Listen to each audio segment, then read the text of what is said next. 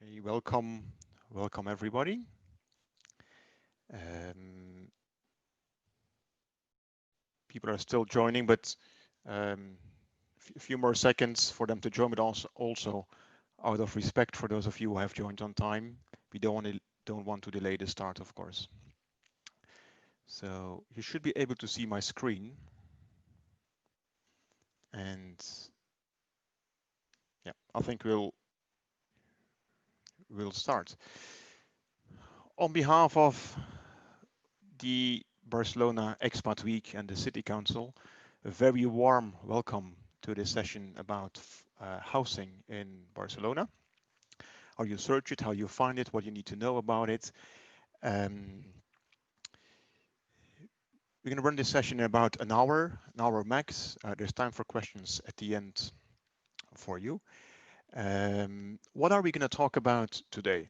So the purpose of this session is really to I'll give you insights, tips, expertise from our end that helps you to make better decisions when you want to rent or buy a property. Um, Tips that will allow you to find a better place, your dream place. Tips that will um, warn you about things that might go wrong in the market, in the property sector in Spain when you rent or buy. How you can you identify such risks? What can you do about them?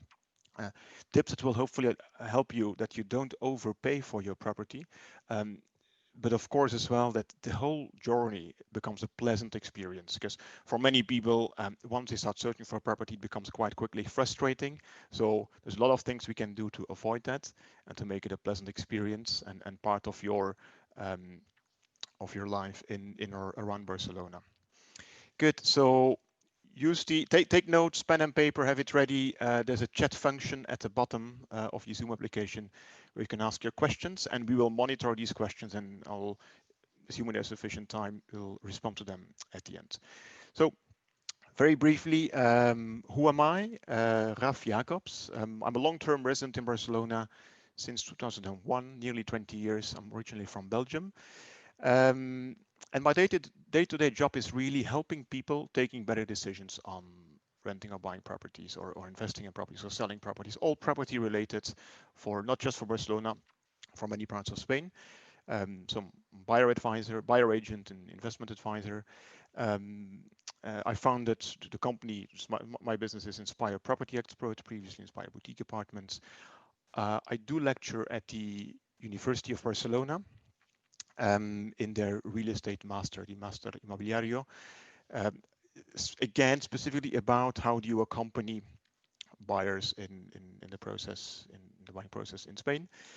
Um, and if we can't address all your questions today, don't be shy. I'll leave my email there. Um, and please don't be shy to ask me questions up front. The session is short. If you want further reading, if you want more information, I share my opinion a lot in different media. Here are examples. Just Google for them, or everything that I say publicly is normally on our blog site, spireapartments.com/blog. Um, and you find lots of interviews and articles there about different topics. Good. The interesting thing is La Vanguardia, the leading newspaper in Catalonia, the number one online newspaper in Spain. They published recently an article, and they said it's time to buy or to renegotiate your rent. And that will come, we will go back to that topic during the course of this session as well, because the market has changed, of course. Before we jump into the details, a quick question. We're going to launch a poll, a question popping up on your screen. I think we can launch it now. It takes a few seconds to answer it, but it gives us very good insights. It helps me maybe pick some examples or other examples. So here's the question. If you've been looking at properties already in Spain, to rent or to buy, would you say that your experience is option one, better in Spain than in your home country? So that means it's easier here, it's very clear, it's transparent, it's pleasant.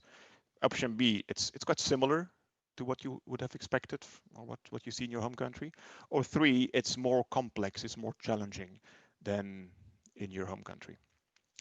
There's three options. You can just click on it if you're on your phone, on your laptop, on your iPad, and then the organizers will close the poll when we have sufficient answers coming in. Okay, so it will probably stay on the screen for a bit.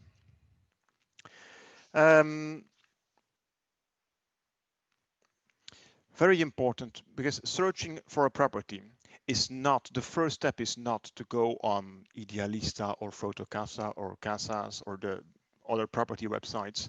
That is an important step, but there's preparation needed upfront. But also, you will have to refresh your reference point, the things you know about how the property market works in Barcelona.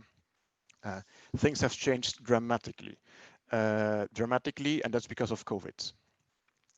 Nobody expected this, of course. From one day to the other, suddenly demand, supply has changed. There's less people interested in buying. There's some people don't want to sell now because they expect price dropped. Other people need to sell because they need liquidity. Very important shifts which have created a market with significantly lower prices today in all of Spain, but also in Barcelona. That means there are new opportunities in the market, properties at prices, both buying and renting, that didn't exist 6-7 months ago. Or I see the results of the poll coming in here. Very interesting. Only 5% of the people say that it's easier in Spain, better in Spain than in their home country, and 95% says it's similar or more complex. Thank you for sharing these results. So what I'm saying is demand, supply has changed for property, prices have dropped. There's new opportunities on the market that didn't exist, but also new risks. A situation like COVID with less transactions, with some people with a high urgency to sell properties or to get properties rented because they need, again, the rental income, creates risks. And I think the easiest way to say to explain the risk is maybe that there's many bad properties that are presented today as a bargain, as an opportunity. That's a major risk because you see price drops. The price is the first thing you see about a property, and then you look at the details about the pictures, the description, etc. But be careful; it's not all gold that shines. That didn't happen that much a year ago, and it's happening a lot more now. COVID is also, it has a big impact on the economy. There will be a lot less, easily 20-30% less real estate transactions this year. That's for buying and selling. It means that agencies in Spain will get problems. They will have less business. And my prediction is that probably 1 in 5 agencies will go out of business, will run out of business in the next months. So that has implications for you. If you want to rent a property, an agency shows you the property. If you make a payment, but even more important, if you buy a property, you make an initial payment to an agency, for instance, if they disappear and they don't pick up the phone anymore a few weeks later, you've got a problem. You've got to protect for these risks, anticipate them and protect them in the way you structure your agreements, your contracts, etc. The second point that is new is that there's new legislation in Spain regarding rental prices. You might have read it. There's for Catalonia, there's a rental price index, so there's maximum prices on properties. Which is, from an economic point of view, there's a lot of protest against it. There's a lot of people, also from legal point of view, legally, lots of lawyers, agencies, law firms say this is unconstitutional, against the Spanish constitution, putting a limit on rental prices. Nobody knows what will happen. The law has been approved, and there will be legal cases coming out of this for sure, and I think fairly quickly. But there's also a political dimension to this, because political parties need each other to get a budget for Spain approved, and therefore they can't just reject the law that Catalonia has voted. So, but these things you have to take into account when you buy, but also when you rent, of course. So There's a lot more information on this on my blog on many of these different topics. We're not going to go into detail on this now. This is about so before you start your property search, there's a few things you need to know about the market, how it works in Spain, because you've answered that for a lot of people it's more complex in Spain than your home country. This map visualizes the density, the number of realtors in a part of Barcelona. This is a map. If you look at it on your right side here, you see Plaza Tetuan, so Eixample. You see Diagonal here on top, Josep Tarradellas, and here would be kind of Plaza España, University Square, Plaza Catalunya, etc. So big part of Eixample is on here. Every red dot is a real estate agency, people that rent properties, sell properties. That's amazing, that density. You don't find that in other countries. And actually many properties are duplicated. Many agencies have the same property for rent or for sale. And it makes it often quite confusing when you first arrive here and you're not really sure who to work with, who is the right agency, even if you like a certain property. And that's because there's so many agencies here, because the market in Spain is not regulated. Very different from many countries. In Spain, you don't need to register as if you sell properties. Maybe the owner of an agency registers, but people who sell it don't have to register. They don't need training, you don't need a license. There's no entry barriers for people to sell properties. Anyone can sell a property. And I'm going to show you here, there's 6 key things to know about how the market functions or doesn't function in Spain. So the first one is anyone can sell properties. Without license, without training, etc. But the second thing is related to this is liability is extremely limited for people who sell properties. So an agency is not or rent properties. An agency is not informed to give you all information about the property. If you don't ask for information, you might not get it. If there's a problem with the property, if there are technical defects, structural problems, humidity, if there is debt related to the property because the owner has financial debt, if there has been works approved on the property for the next 1 or 2 years, works that have not been executed yet. Again, they don't have to tell you. Once you put your signature on a contract to rent or buy a property, the problem becomes your problem. No longer the agency's problem, no longer the seller's problem. So you've got to prepare again properly for this.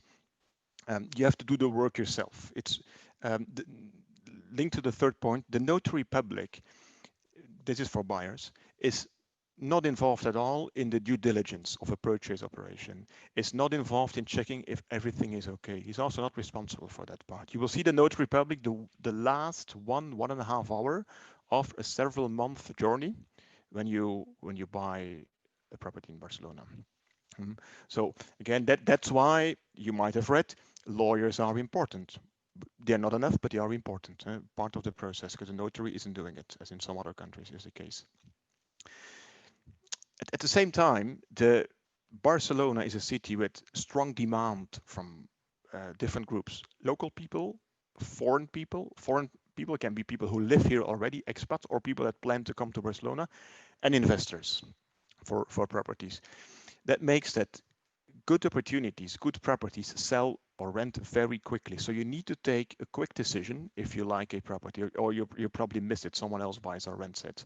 The problem is that there is no transparent data about the properties. You don't have to tell you all the information, and there's no single place where you can go and just download or consult data, documents, information, facts and figures.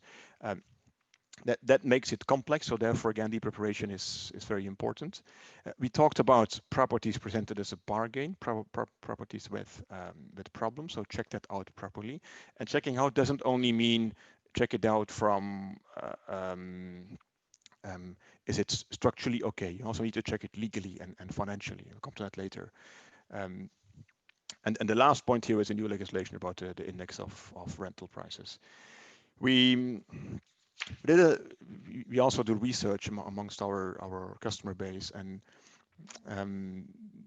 who do you think when you go to an agency? First, if you want to buy a property, you go to an agency, one of these realtors. Who is the customer of that agency? Whose interest are they defending? In many countries, it's both the seller and the buyer. They intermediate. That's their job. That's what they have to do. There's ways of working, ethical rules, and so on. Um, in Spain, an agency works for the seller. If you want to buy, that means for your counterpart. They're paid by the seller, they're contracted by the seller to sell a property, and they defend his or her interest. We asked a question in a webinar in September with international people in Barcelona. Some of you might have been on this webinar. And we asked who is actually the client when you go, the client, who's the customer when you go to a real estate agency? And half of the people had it wrong. And that's a dramatic error rate, and I don't want you to make that mistake. So half of the people thought that they were actually um, the customer as a buyer of the agency, or they and the seller, and the only right response is the seller is the customer of the agency. So how does that impact things? Well, it's very important because when someone, an agent tells you, a salesperson tells you, gives you information about the property, he says, I will try and negotiate the price. I will use a good standard contract. Forget it. They're working for your counterparty. Okay, so you have to do the job yourself in Spain. At the same time, another piece of research, we asked international buyers in Barcelona. This was for Spain actually. What are your main concerns? And you might recognize yourself in here. People are mainly worried about paying too much, making mistakes with the contracts, finding out problems, technical problems with the property, finding out too late, but also that there's so many agencies. They don't know who to do business with, who to work with, and of course the financial part of the mortgages and so on. That's not a concern. Actually, most people highlighted more than 3 different concerns. More than 3 of these was a longer list. So, and that's logic. So I hope by now you understand how the market works and how it's different from your home country, potentially different, and what you have to do when you want to rent or buy a property. Before you, because we said before you search, preparation is important. One piece of preparation is being realistic. I see a lot of people every day, every week that they tell me, I've been searching for months. With people who have been searching, look at the market for years, then maybe not mature to buy, and they don't find it. Or people trying to rent and then being not happy. There's 3 parameters. It's like with music. To make music sound perfectly, you need an equalizer, and you need to adjust the equalizer properly. It's the same when you search for properties. Again, if you rent or buy, it doesn't matter. There's 3 factors we need to balance. If they're not balanced, it won't be nice music. The first is, what's your budget? For most people, a fairly simple question to answer, but often not, because budget means your own funds, your real budget per month if you want to rent a property. If you buy, it means my savings or the part of my savings I want to invest in a transaction, plus potentially a mortgage from a bank in my home country or in Spain. That's one part. 2 is the property features. How big, how beautiful, how modern, furnished, unfurnished, lot of sunlight, balcony, terrace, yes or no. So the type of property, actually, property characteristics. And 3 is location. It's very different to rent a property in San Gervasi than in Borne, or in the upper part of Sarrià or Pedralbes, close to the international schools, than in some parts of Eixample. So properties are different, prices are different, and we've got to adjust these parameters properly, and then you have a way higher chance of success in your search. You find properties quicker, you find better properties, and it will be a lot more pleasant. And because these topics we discuss with our clients in initial workshops, and we go into a lot of detail, asking questions, challenging their views and their thinking, and why that location? Why don't you look 2, 3, 4 streets further in that direction, for example, because prices drop and properties are bigger, and people don't know, but then they realize that suddenly it becomes feasible. And just a question of thinking a little bit about your outside your initial box, maybe, to make it realistic. If you want a certain property and you want it to be on Enrique Granados, a very nice street in Barcelona, the price will be higher. It's clear that if your budget is a given and you want these property features, the only thing you can do is lower the location, go a bit further away from that very central street. Keep this in mind when you visit properties, and make sure it's realistic. It can make things a lot more easy. When you buy, the price part, again, the budget part, talk to your bank as well, because they and get proper simulations before you start. You need to know what your bank can do. If you don't know upfront how much money you have, they can finance, therefore what your total maximum purchase price is. You can't act quickly on opportunity. You will probably miss it. Others might buy it. So preparation to be done upfront. So Barcelona is big, it's very diverse, both for renting and buying. And if you look at here's a heat map of property prices across Barcelona. There's so many colors on it, so you might not recognize it, but here's a little legend. Dark gray is the most expensive area, and then comes red, orange, yellow, green. So you basically see here, you should see my mouse moving. This is the area around Paseo de Gracia. Obviously, absolutely prime. And then prices go up when you go into the upper part of town. They also stay gray, therefore top high. In San Gervasi, Sarrià, Pedralbes, the upper part of town. Okay, prices drop, so they go to red, orange, yellow, green. The further you go away, in general, I'm simplifying a little bit, from those prime locations. Area around Paseo de Gracia, that part of Eixample, both right Eixample and left Eixample, is very desirable by locals and by expats. There's a very strong local demand here in the upper part of town, and if you go further up, a lot of people, expats, want to live there. So Sarrià San Gervasi, for instance, Tres Torres, and so on. Why? Because all the international schools are there, and for public transport or for proximity, it's a big plus. But that's reflected in the property prices, of course. So we had a case recently with someone whose kids are going to the Lycée Français, which is the upper part of town. And actually, instead of buying something really nearby walking distance, we looked at something. You could also go just below the diagonal, and there's very nice streets in the Eixample part where you get beautiful, old, charming apartments for a significantly lower price with an excellent public transport connection to the Lycée Français. Takes you there, and you get, that's again back to the equalizer. So you get more property for a given budget. More space, more light, a terrace, which was not affordable in the area further uptown. So it's linked to the equalizer for searching properties.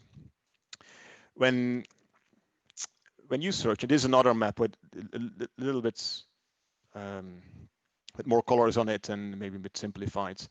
Again, here blue is the Eixample area, Gracia, San Gervasi, and so on uptown. I'm not going to go into too much detail in this, but prices drop. But also, when you look for property, think about if you want to rent a property, think about your lifestyle. In a lot of discussions with people, they come with a certain requirements on, that's what I need in terms of property. And then when you ask questions and you talk to them, you figure out that actually they have a lifestyle preference that's not compatible with what the areas and the property they're looking at.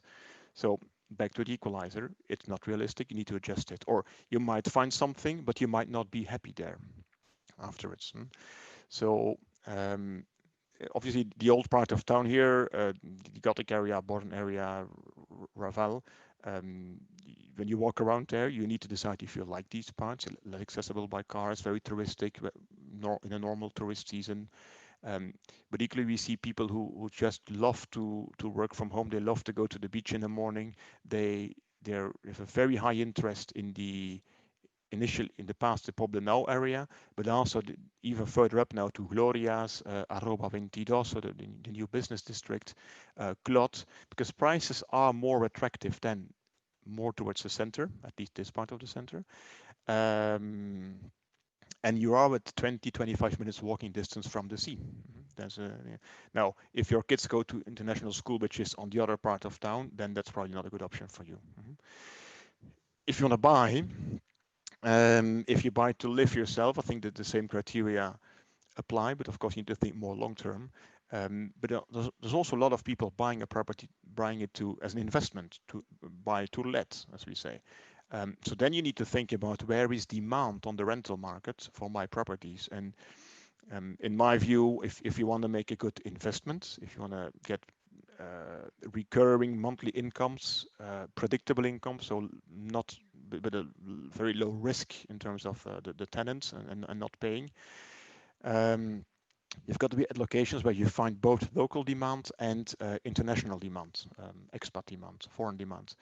That's good for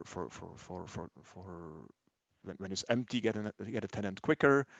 Some tenants might pay a bit more for you for your property, some international tenants. So then other areas come into play than when you buy something for yourself. A lot of people, when they say I want to buy a property to let, they say, yeah, something that I like this part of town, and I like that type of property. So then you might call yourself an investor, but actually then you're buying something that you like, and that's not necessarily what you should do if you buy it as a place to let. And you think about where is demand, where is the market going, how do I build a good business case so I get some recurring income, or an apartment maybe in the future for my kids, etc. Okay. Again, this here is something that in our workshops we discuss a lot with buyers, or with buyers mainly, because typically people know very well the area where they live today, or where they've been living when they came to Barcelona on holidays. But again, you've got to challenge your thinking on area, because prices change, property types change. Above Diagonal San Gervasi, it's harder to find the old classic buildings, what they call finca regia, than in Eixample, where there's plenty of them. So the high ceiling, beautiful old floors and doors, etc. So different style, different parts of the city, different prices as well. Okay. So I'm going to share a few tips and insights for both for buyers and for people who rent a property. I'll start with the buyers. Um, And this is linked again to the fact that the market is not regulated. You've got to take responsibility yourself for things and check the things. By the way, this is recorded, and I assume the presentation will be available online later for if you want to consult it later. Again, good preparation. We talked about it briefly. Apply the equalizer. Write down your wish list. What is important to you? Type of property, areas. Take a map. With markers, mark areas you like, you definitely don't want to live in or to buy. But also talk to your bank. Said many times. Not only to your own bank, talk to many different banks. We see even the largest banks in Spain, they abuse the fact that people don't know how it works, even with local people. There's so many small text in mortgage contracts. It's hard to find out, but there is every time and every time again. There is costs we can take out when we negotiate with the banks, and that makes your monthly payback way lower than what the bank initially proposes. So that means that all that is preparation, and then you start looking at properties. Think value for money. There's an emotional component when you buy a property, of course, and there should be one. That's very important. I look at it in a very rational way. Are you making the best possible decision in the market today? Is this good value for money? Do I believe in that property in the medium, in the long term? Is there potential? What if your life changes? What if a lot of expats, after a few years in Barcelona, they get a job offer in Dubai and they go to Dubai for 4 years, or they go to Kuala Lumpur, and then what do you do with your property? Okay, so that's things we need to take into account. Value for money. Um, if you have been on visiting properties, you might have seen that sales agencies can be quite pushy. I think the key criteria when you hire people is you've got to be commercially pushy to get people to come to our office and to try and get them sign, or try and get them make an offer for a property when you want to buy a property. So, and the language, the sentences you will hear every time again is when you ask a question, don't worry, it's okay. And then you should come to the office. My boss is there, because there's other people coming tomorrow for the second time to see this property and they really liked it. So if you like it, make an offer and don't make it too low. So remember, who's the agency working for? Okay, it's often not true what you might hear, but you don't know, of course. We've got to investigate that, but be mindful of that. Don't just follow them. Don't just react to the pressure and put an emotional offer on paper, and don't compare with the prices in your home country, because again, prices have dropped. And I didn't talk about this in detail, but so COVID has created a market, a buyer's market, across all of Spain. Um, we see significant price ups already today. As an example, 7-8 months ago, when you would buy a property and people take a mortgage, the bank values it, an appraisal. Um, Appraisals were very often around the same as the purchase price or a bit below. Today, in all transactions, let me correct me, that we've done in August and September, all bank valuations were significantly above the purchase price of the property. And significantly means 20, 30, 40, 60,000 euro above the purchase price of properties. So and prices will remain low. I don't see any indicator for price increases in the next 6 to 12 months, probably not in 2021. Exception are, of course, special properties with a specific wow factor. There is only so many attics with a beautiful terrace and views to the sea. There is only a limited number, of course. There will be demand, or some very nice houses, maybe close to Barcelona, well connected with public transport, because people prefer some outside space. Okay, but in general, the market will drop. In general, in Barcelona, I think the market drops between 5 and 15%, depends on the type of property. Properties ready to move in, to be renovated. On average, I think we're going to be around 9, 10% of price drops in Barcelona. Again, they're there already, they're not published. I'll send at the end of the webinar, I'll send you a link in the chat. I wrote an article about why you don't see the price drops, but why they actually exist on the market already. You've got to negotiate for them. So you don't have to wait necessarily. That's the price part. We also see cases where agencies say, don't worry, or then you agree on a price, and then suddenly you sign the document, an option, a reserva, and then suddenly they start renegotiating the price.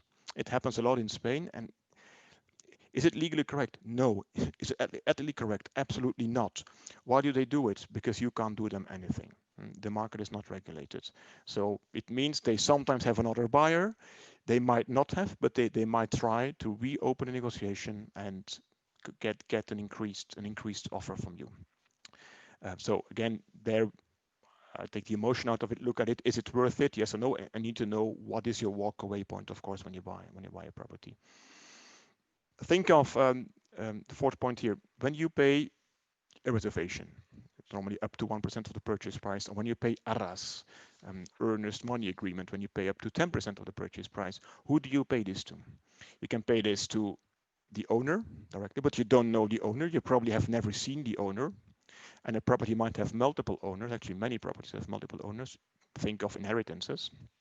You can pay it to the agency who commercializes the property.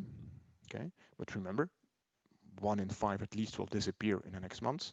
Or you can also do it in a different way and maybe deposit that money at the notary, so it's rather independent. Again, when you pay, it's not just about keep proper receipts, not just about making a bank transfer. Don't do cash payments, even if they ask it for you. You need receipts for everything you pay. It's too important. It's your money. Also, if they insist on doing that. Once you agree on, you like a property, you agree on a price. We said the notary is not doing the due diligence. He's not responsible for it. You've got to do this yourself. What does that mean? In short, there is a legal component to this. What contracts do you sign? What happens if? And that's what needs to be in the contracts. What happens? You need to anticipate the things that can happen between a buyer in a buyer-seller relationship. Not now, but in the future. If everything goes as expected, you don't need a contract. Contracts are for situations where things don't go as expected. An old lady sells a property. COVID hits her and she passes away. You've paid 10% already. What happens? Okay. You commit to buy a property. you've paid 10%, you're sorting out your financials with the bank for your mortgage. The property becomes occupied, squatters. What happens? What do you do? Right? That's examples of legal things. Financial things are you don't want financial surprises once you're the owner, once you've gone to a notary. So that's very important to check that no unexpected bills, unexpected costs to the building maintenance, no debt from the seller. There was a case recently, a seller who had a little, no couple, had a little shop in one of the suburbs of Barcelona. They went bankrupt, and the bank could claim against the property. So that's a problem. It's not a showstopper for a purchase. It's things you can sort out perfectly, but you got to identify it and sort it out. The payment of the city tax, of utility bills, of the community bills, etc. So these things are very important. Um, uh, of taxes. The two main reasons why properties are sold in Spain are inheritances and divorces. The third one is when people either de-invest or want to buy something bigger, etc. And both these cases, inheritance and divorces, can be easy or can be very complicated. So be careful with these. And technical due diligence means everything that we always send an architect into a property before you negotiate, not after you negotiate, no, before you negotiate, to certify how the property is, if it's in good conditions, etc. We talked about the new risks of properties presented as bargains, of agency disappearing, seller situation. You've got to check this as part of the due diligence. There's besides what we mentioned already, things like usufruct happens more than you might think of. So we had a case a week and a half ago where there was an usufruct on a property, but that lady had passed away already, but that wasn't registered anywhere. So it was apparently still active. So you need to get the right documents to prove that. Because if you imagine someone stands up afterwards and say, I've got usufruct rights on your property, give me the keys. So anticipate, check it out. It's very different if you buy a property from a local, from a resident, not local, from a resident. You can be international person being resident in Spain, than from a non-resident, a British owner of a property in Barcelona who lives in the UK or in France, but not in Spain. It has tax implications. You need to withdraw money from the total purchase price. A lot more checks to be performed on that. There's also constraints on properties, and they're often quite hard to find out by urban planning. There's buildings that have been approved for expropriation, for example, or if you're in a village where they might widen a road and that road is behind your garden, and if you might have more noise. There's buildings a lot in the center of Barcelona protected by what they call VPO, Vivienda de Protección Oficial, and you can't just sell them, buy them like another type of property. Often you can, but you have to cancel these protective rights in the land registry. It's things we do before you proceed and pay the full amount to the sellers. If there's a tenant in the property, they might have rights to buy first or at the same price as you have offered. So check these things because otherwise you might get into troubles. And again, for some cases, you might be legally doing the right thing. If you know you can't buy it again from me, or you don't have a first right, that's fine, but you will have problems. You have to take a lawyer, and it might take you months or years to sort out that situation. That's the last thing you want because you can anticipate it.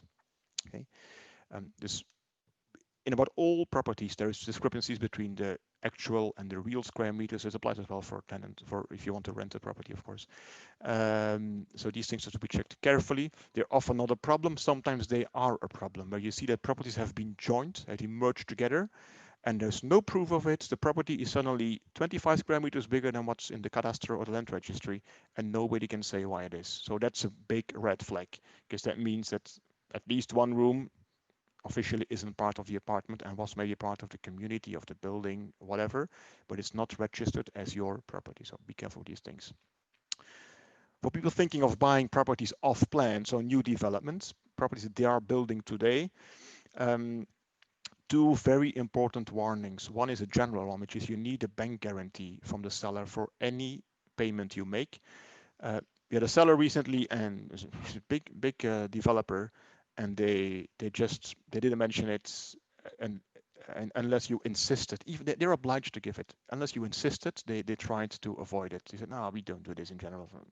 And then you think as a foreign buyer, okay, in general they don't do it. Maybe it's fine. It's not fine. You need that. And two is, if you buy an off-plan property that's being developed, that's being constructed, don't buy in an early stage today. The economy is being hit very hard by the recession. There will be developers disappearing, going out of business. Don't buy in an early stage from my point of view. Buy something that is ready or nearly ready, that will be finished in the next few months, to limit your exposure. And as a final warning sign, and because the market is not regulated, it's very easy to buy a bad property with a perfect contract. And that's what happens, unfortunately, when people I use a standard contract, which is not perfect. When you take a contract from an agency, it's definitely not perfect. It's good for the seller, not for you. Never just sign a contract proposed to you by a selling agency. So the worst thing you should do.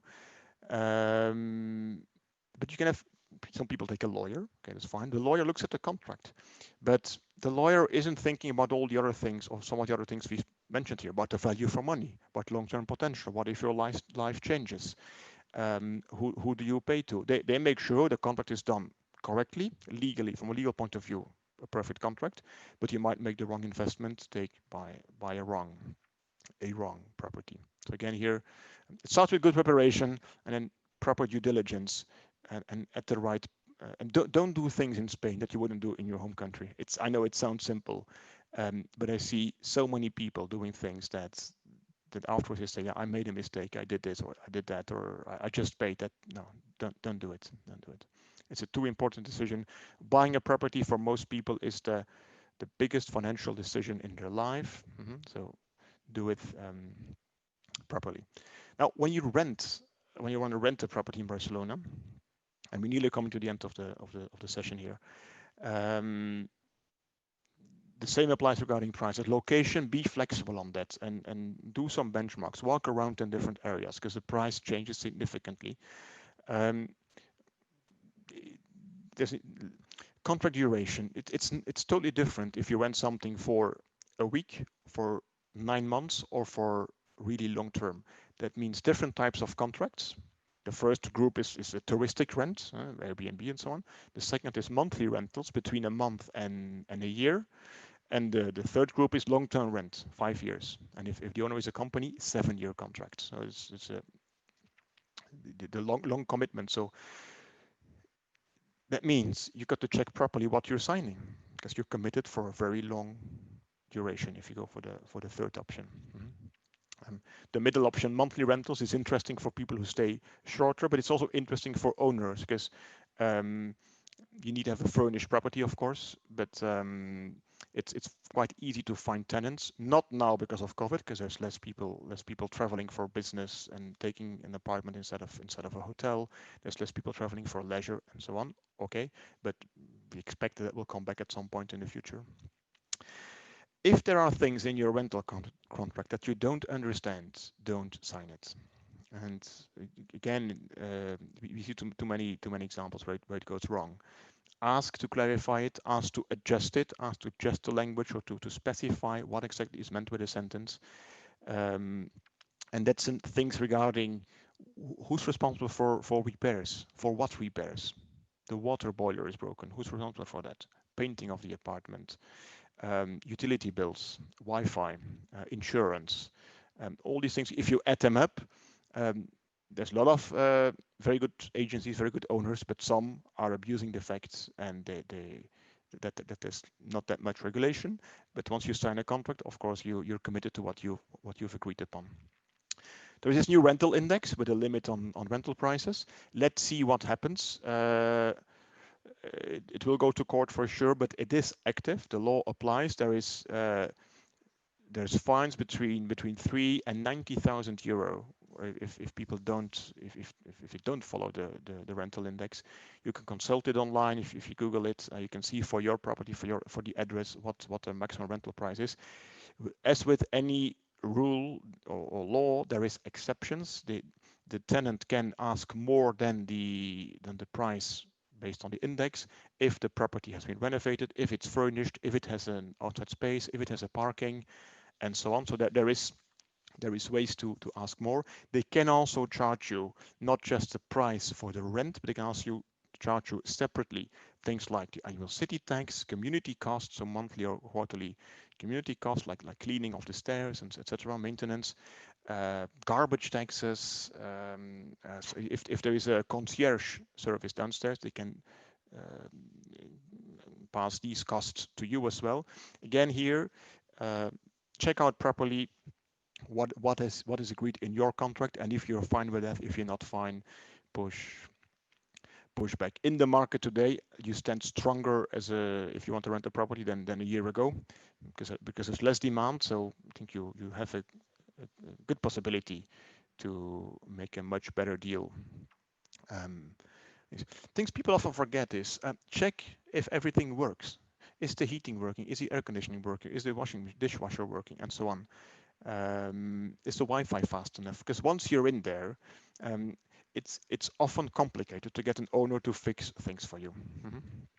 Make an inventory with pictures. Add it as an appendix to your rental contract. It will save you a lot of discussions on scratches on desks or doors or broken things. Mhm.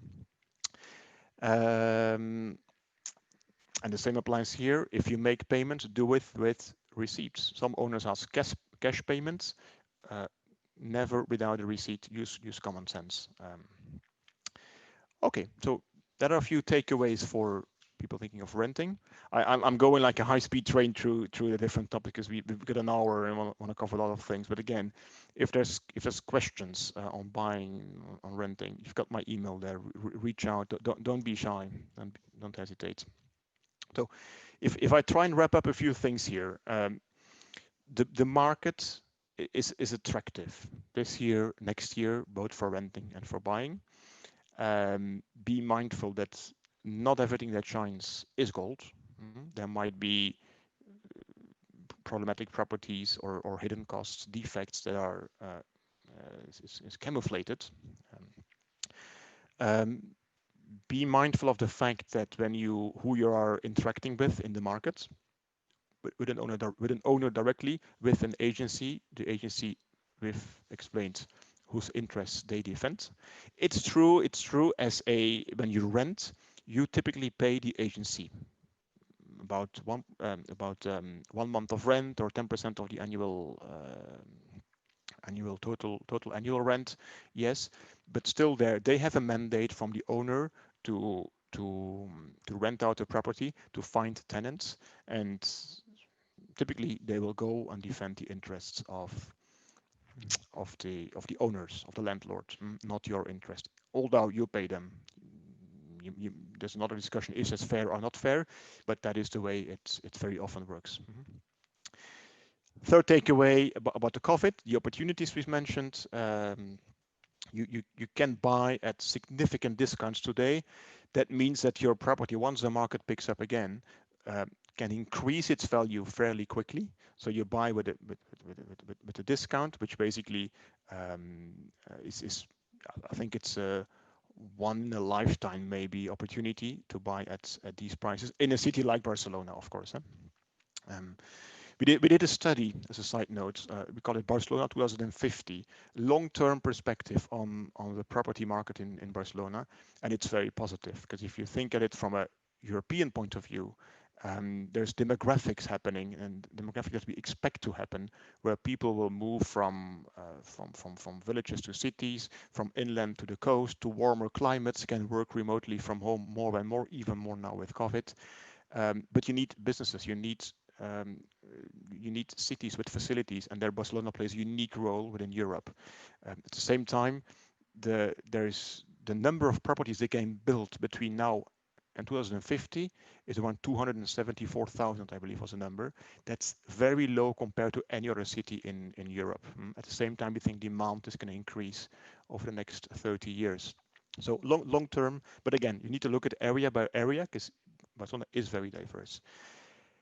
And a final point, prepare well before you start searching. Don't just jump on Idealista, Fotocasa, Casas, Quiero, any other portals. Um, you might lose a lot of time and get frustrated. And here's a quote to end with from La Vanguardia newspaper. They said, instance, in Spanish here, but I will say in English, they said, getting advice from an expert in a decision that is probably the most important decision in your life is more important than ever. As in the real estate sector, the person who sells is not obliged to inform you, and afterwards, the irreversible surprises pop up. So that's advice from La Vanguardia. We, we open up for questions now. Um, I started doing what I do today. I created Inspire Property Experts exactly as a counterbalance to how the sector works, to protect people who put their savings into a purchase, people who make an investment or sell or buy properties. And that's also what gives me the motivation, to be honest, as a person, to see how our customers achieve better deals with no risk and at better prices. So I'm going to look at the questions now. In the meanwhile, this session is recorded. Apologies. You can look at it, watch it again. You can share it with friends that might be interested. Any questions, just email me. Here's the email, raf@inspireapartments.com. If you want to stay tuned on what's happening in the market, follow us on most of the things we do goes on our blog and on the Facebook page. And if you want a personal consultation, personal session, I always do this for free. The first conversation, there's no commitment at all when you want. So you can schedule an appointment directly through this link as well. And I think let me see if there is questions.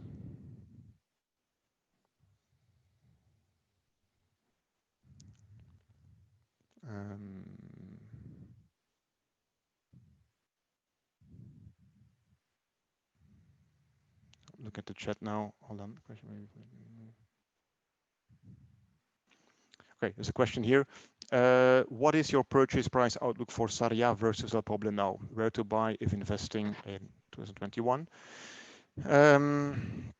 Both are very different areas. Sarriá is uptown, more local demand and expat demand because of the schools. Poblenou is more a lifestyle choice for most people.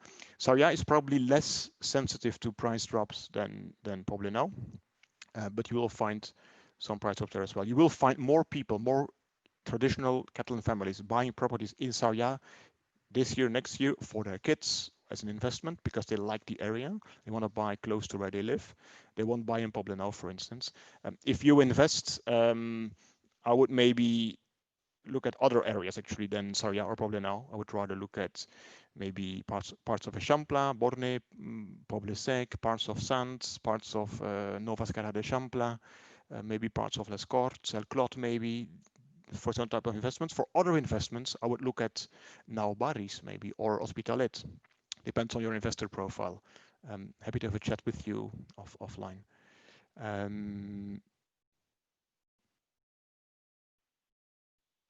I wonder about comparing to other countries. I think that's a too long answer for this session. But Barcelona is, if you talk about buying, it's about half the price of Paris. It's less than half the price of London. And we talked about the long-term potential. So certainly opportunity there. Which is the best search engine or safe agency to start a search for property Barcelona? The biggest portals are Idealista, Fotocasa. There are two big ones. Many properties are duplicated. Casas is another is a smaller one. But if you just do rental properties, you probably get a list of properties popping up, and you will find good there is more portals, of course. Don't go to the international portals. Don't go to the internet, the English American portals. They're probably over expensive, or the Scandinavian portals. If the seller is the client, who pays the commission for the agency? Correct. It's not a buyer. It's in general the seller who pays the commission to the agency. You don't see that as a buyer. You shouldn't see it as a buyer. Some agencies make exceptions. Agencies like Tecnocasa or some others, they charge 3% or something similar to the buyer as well, another part to the seller. They don't charge it because they defend your interest. They charge it because they split it, and they charge overall in total sometimes a bit more.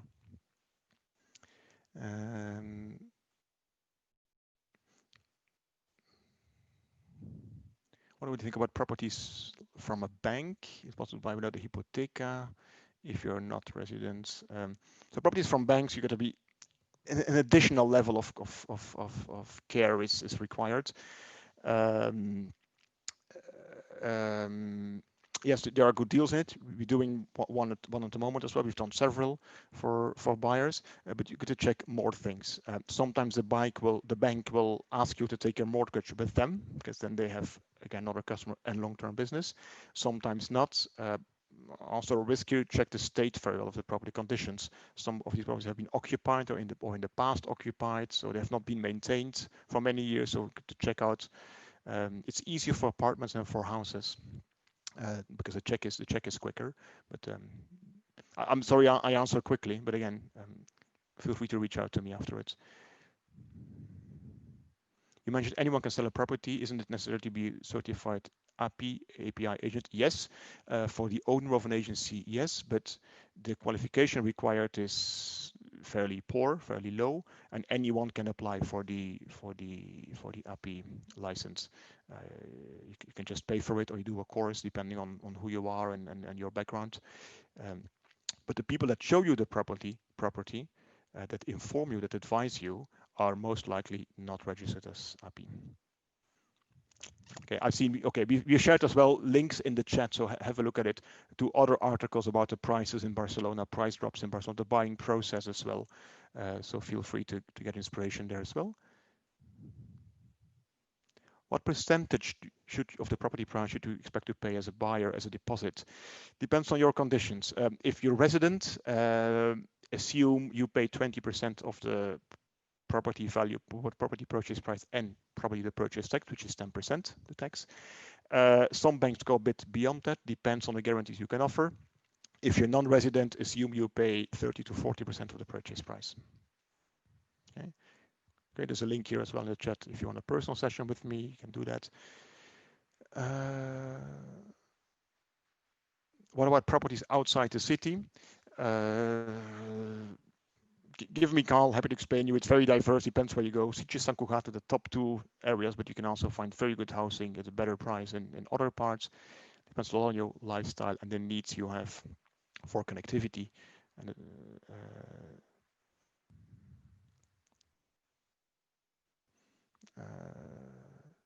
are prices dropping for buying in areas in the outskirts of Barcelona? Yes, absolutely. So I said Barcelona 10% easily. If you go outside Barcelona, it can become 10 to 20%. If you go to the coast, it can be 25%. Today, the big difference with the past is that the price discount will not depend on where the property is located. It will depend on the urgency the seller has to get cash. And that is what in a negotiation gets you the biggest price discounts. But definitely very good deals outskirts of Barcelona.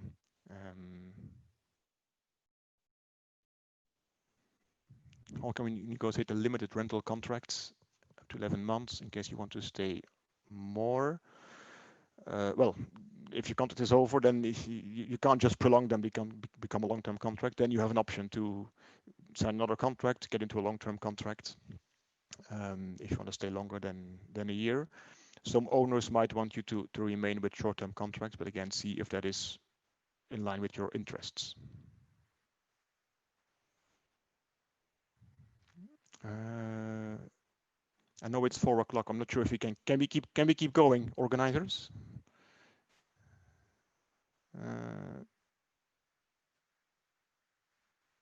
Okay, I'll just keep going. If the real service of a property does not match the registered one, is that the don't buy sign? No, not necessarily, and mostly not, but it has implications. There might be a limit on a number of people you might be able to rent a property to, so 2 versus 4 or 6 people, and that is official and you can't change that. A priori, there shouldn't be a concern. Our architects normally check if the property is okay, if it meets the requirements for habitability, and then if there's a difference, we make a judgment if we think it's okay or not okay.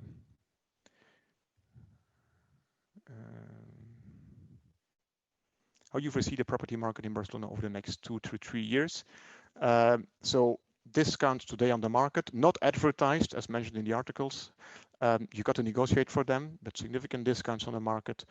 Next year, a continuation of lower prices. I'm not saying they will necessarily drop further than what we get today in negotiations already, but they will not go up. Though there will be more sellers dropping their asking prices on the platforms. Not necessarily go below the current deal prices we are achieving. Maybe a bit, depends on how, nobody can say, depends a bit on COVID. Then this is linked to property prices are linked to the economy. So with COVID impacts recession, Spanish economy will shrink about 12.5% this year. This is massive, never seen, but can also grow 7.5% next year. The sequence is so COVID, economy, unemployment, property prices, demand for property prices drop. The other thing is there's always a delay in property prices reaction to more employment, to better economy, but a lot will be, the timelines will be driven dramatically by how quickly COVID will disappear. Will be a curve for COVID, and people get confidence again in traveling, in business, and so on. Which area to buy if you want to be close to the beach for long-term investment growth? Close to the beach, there's not that many options in Barcelona. If the question is about Barcelona, you have options in Poblenou, close to the beach, up to Glorias. There's very interesting parts, but not all parts of Poblenou. Some streets are not good as investments. You got to be a little bit more prime location there.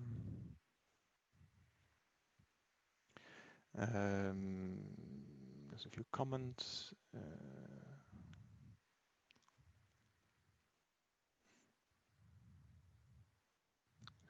I didn't see the links in the chat. Okay, they're posted again now.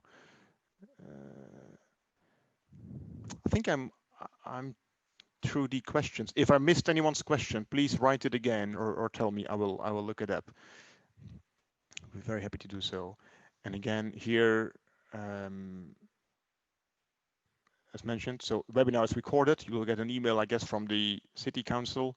Feel free to watch it again, share it. You got my email on the website. You find phone numbers and so on. So any questions? My goal is, my mission is that nobody makes a bad decision, that nobody overpays for a property, and that we can de-risk the entire decision, the entire transaction, because it's a big decision for you.